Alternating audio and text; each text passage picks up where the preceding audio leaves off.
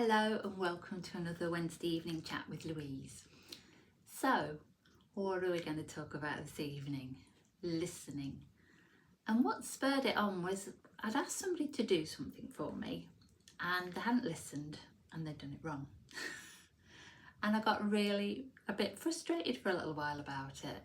But then it actually made me sit and think, how often do we have conversations where people are talking to us and yet we've suddenly thought of something that's really interesting that we want to add to the conversation, so we're hanging on, waiting for our turn to get it in, but we're not actually listening to what they're saying. And I know I'm guilty of that. I'm trying not to be, but I do understand that. And then it got me to thinking about, in the world we live in, when we are so busy, how often do we take time to truly sit and listen? When a friend wants to talk, often we want to just fix things. Let's get it fixed and then we can move on. Sometimes all we need is to be heard. And I think to be a good friend sometimes is to be able to sit and listen, to be able to give people that quality of time, not necessarily to give any, advice or anything, but just to listen and let them unload. And I do feel that is something perhaps we've got to become more conscious of or give more time to. And I think that feeds down to things like our children and our, parents, especially I just think of like my elderly mum, bless her. Often she'll say things to me and I'm thinking, oh God, but really what she's saying isn't the things she's asking for or telling me. What she's really saying is, I'm worried about this. I don't want to go there on my own. Will you? But she doesn't ask, and will you come with me? So sometimes the reason we've got to listen is because we need to listen to the underlying bits, that I'm scared to make that phone call, or I don't want to do this, or I don't want to go on my own to this event because I'm worried about it. Will you come with me? And now I have to take a deep breath and listen, and then I think about really what is the underlying message. And again, I think that sometimes happens with our children as well.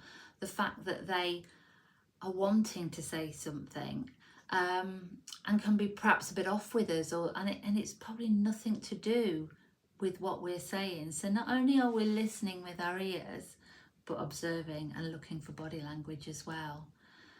And then I think about our pets. How often do they, the picture that I've shown you is me on my thumbnail, is me with my cat Billy, who I utterly adored and is no longer with me. You can probably tell because I had dark hair in that photo. But I adored him because he would talk to me. When he was in that, he was literally going like Charlie's cat, and he would be chatting along. He was probably asking for more food because he's a bit like me. He did like his food. So yeah, but it was so easy to just, and when our heads are busy and we're committed to doing so many things, sometimes we don't even see them. I had a friend who got some dogs and they were wanting to go out, and I was like, do you want me to let the dogs out? And they were like, because we're so overwhelmed.